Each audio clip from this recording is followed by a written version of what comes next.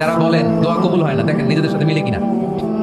এই পাঁচটা শর্ত যদি পাওয়া যায় মুহূর্তেই আপনার দোয়া আরশে যে নক করবে।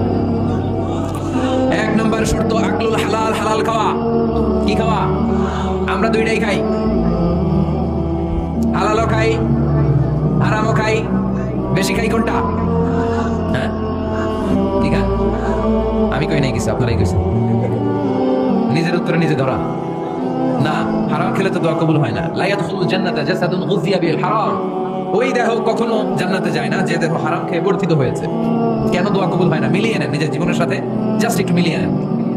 খেয়াল করেন, আকলুল হালাল এক নম্বর শর্ত। ইউর ইনকাম শুড বি হালাল, ইউর ফুড শুড বি হালাল, ইউর ড্রিঙ্ক শুড বি হালাল, ইউর ফ্ল্যাট শুড বি হালাল, your bank balance should be হালাল। চিল্লায় বলেন ঠিক কিনা? এক লোক কাবার চারপাশে শুধু দোয়া করে, ইয়া রব, ইয়া রব, ও আমার রব, তুমি আমারে মাফ করে দাও, তুমি আমারে মাফ করে দাও।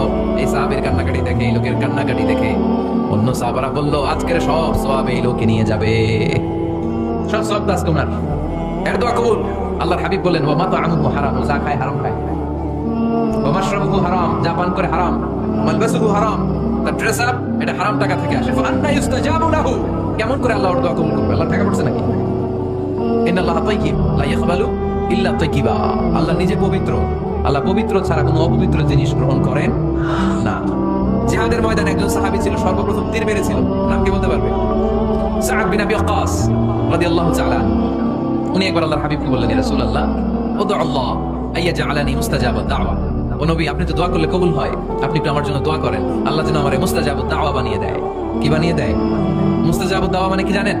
যিনি চাইতে দেরি, কবুল হতে দেরি হয়। আল্লাহর হাবিব বললেন, ইয়া সাআদ, হে সাআদ, আতিব মাতআমাক তাকুন মুস্তাজাবাদ দাওয়া। সাআদ, তুমি যেটা খাবে এটা হালাল খেও, হালাল খেলেই তুমি মুস্তাজাবাদ দাওয়া। সুবহানাল্লাহ পড়বেন না? আকলুল হালাল শারতুন লিকবুলি দুআ, দোয়া কবুলের প্রথম শর্ত। হারাম খেয়ে দোয়া করলে ওই দোয়া কখনো কবুল হবে? দুই নম্বর শর্ত, দোয়াটা করতে হবে একজনের কাছে, তিনি কে? চাইতে হবে একজনের কাছে, তিনি কে? মসজিদে যে আল্লাহর কাছে চাইলেন, দরবারে যে বাবার কাছে চাইলেন, দোয়া কবুল কবুল হবে? হবে? চাইতে হবে একজনের কাছে, তিনি কে? অন্য কোথাও যেন আমরা না চাই। মাজারে যে চাওয়া যায় না, মাজার জিয়ারতের জন্য যাবেন, যে সালাম দিবেন, নিজের জন্য দোয়া করবেন, কবরে শুয়ে থাকা লোকটার জন্য দোয়া করবেন। ওখানে কিছু চাওয়া যাবে? চাইবেন কার কাছে? দুইটা গেল শর্ত। তিন নাম্বার, ইয়াকিন থাকতে হবে যে আমার দোয়াটা কবুল হচ্ছে। যখন দোয়া করবেন আপনার এই বিশ্বাস থাকতে হবে, আমার রব আমার ফরিয়াদ শুনছে, তিনি আমার কথা শুনতে পাচ্ছে, আমি চাওয়া মাত্রই তিনি সব দিয়ে দিতে পারে, এবং আমার রব আমাকে ফিরাবে না, তিনি দিবেনই। এরকম ইয়াকিন থাকতে হবে। উদউ আল্লাহ ওয়া আনতুম মুখিনুনা বিল ইজাবা, এমন ভাবে দোয়া করো যে তুমি সুনিশ্চিত এই দোয়া কবুল হবেই। এই নিশ্চয়তা নিজে নিজে নিয়ে নেবে।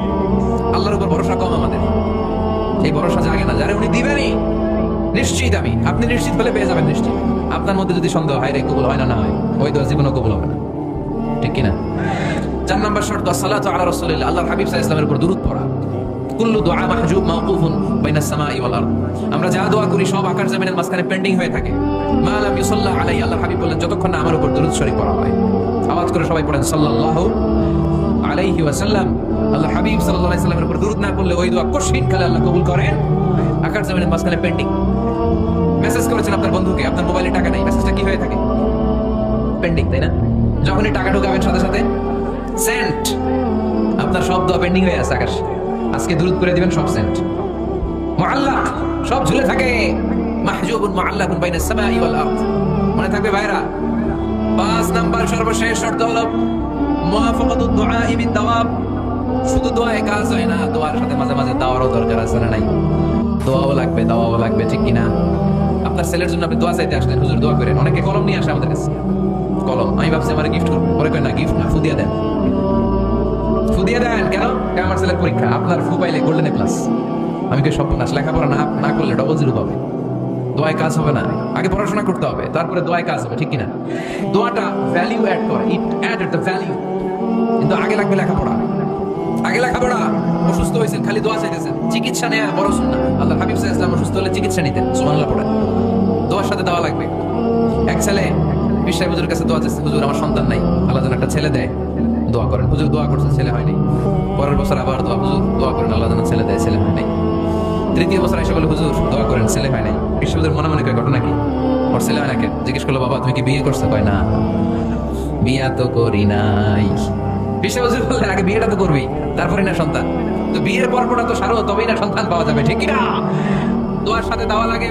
আল্লাহর হাবিব সাল্লাল্লাহু আলাইহি ওয়াসাল্লামের আঙ্গুলে একবার বিচ্ছু পোকা কামড় দিল, প্রচন্ড ব্যথায় বিশ্বনবী কাতরাচ্ছেন, রেগে গেলেন আর বললেন, ও বিচ্ছু, মানুষও চিনোস না, নবীও চিনোস না, কোথায় কামড় দিবি, জায়গা পেলি না। কিন্তু বিশ্বনবী ব্যথা পাচ্ছেন। আমাদের আয়েশাকে বললেন রাদিয়াল্লাহু তাআলা আনহাকে বললেন, লবণের পানি নিয়ে আসো, গরম দাও, ঢালো। উনি আরাম পাচ্ছেন আর সূরা ইখলাস পড়ে ফু দিতে লাগলেন, ফাতিহা পড়ে ফু দিতে লাগলেন। গরম পানি ঢালা শেষ, ফু দেওয়া শেষ, আঙ্গুলের ব্যথাও।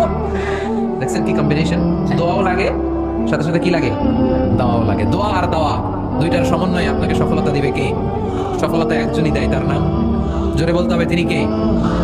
ব্যবসা যদি মন্দা থাকে, ব্যবসায় সফল হতে চান, সফলতা এনে দিবে কে? বিসিএস পরীক্ষা দিচ্ছেন, রিটার্নে পাশ করেন না, পাশ করায় দিবে কে? বিয়ের ব্যবস্থা হচ্ছে না, ব্যবস্থা করে দিতে পারে কে? পাসপোর্ট জমা দেয়া, হুজুর ভিসা লাগে না, হুজুর কিচ্ছু করতে পারবে না, করতে পারে একজন, চিল্লায় বলেন তিনি কে? এজন্য বিপদে আপদে সব সময় আমরা ভরসা রাখবো আমাদের আল্লাহ রাব্বুল ইজ্জা ওয়াল জালালের উপর। আল্লাহর কাছে আমরা বেশি বেশি চাইবো। আল্লাহ ছাড়া কারো দরবারে আমরা হাত পাতি না, চিল্লায় বলেন ঠিক কি না? আমরা ফকির একজনের দরবারে, ঘাটে ঘাটে আমরা ফকির হইতে রাজি না, আমরা একজনের দরবারে ফকির। দরবারটা কার? দোয়া একটা শিল্প। যে টিপস গুলো শিখাইলাম আজকে, এগুলোর আলোকে আমরা যেন দোয়াটাকে আত্মস্থ করতে শিখি, যাতে দোয়া করার সাথে সাথে এই দোয়া আরো কবুল হয়ে যায়। আল্লাহ আমাদের সবাইকে কথাগুলো বুঝে আরো আমল করার তৌফিক দান করো।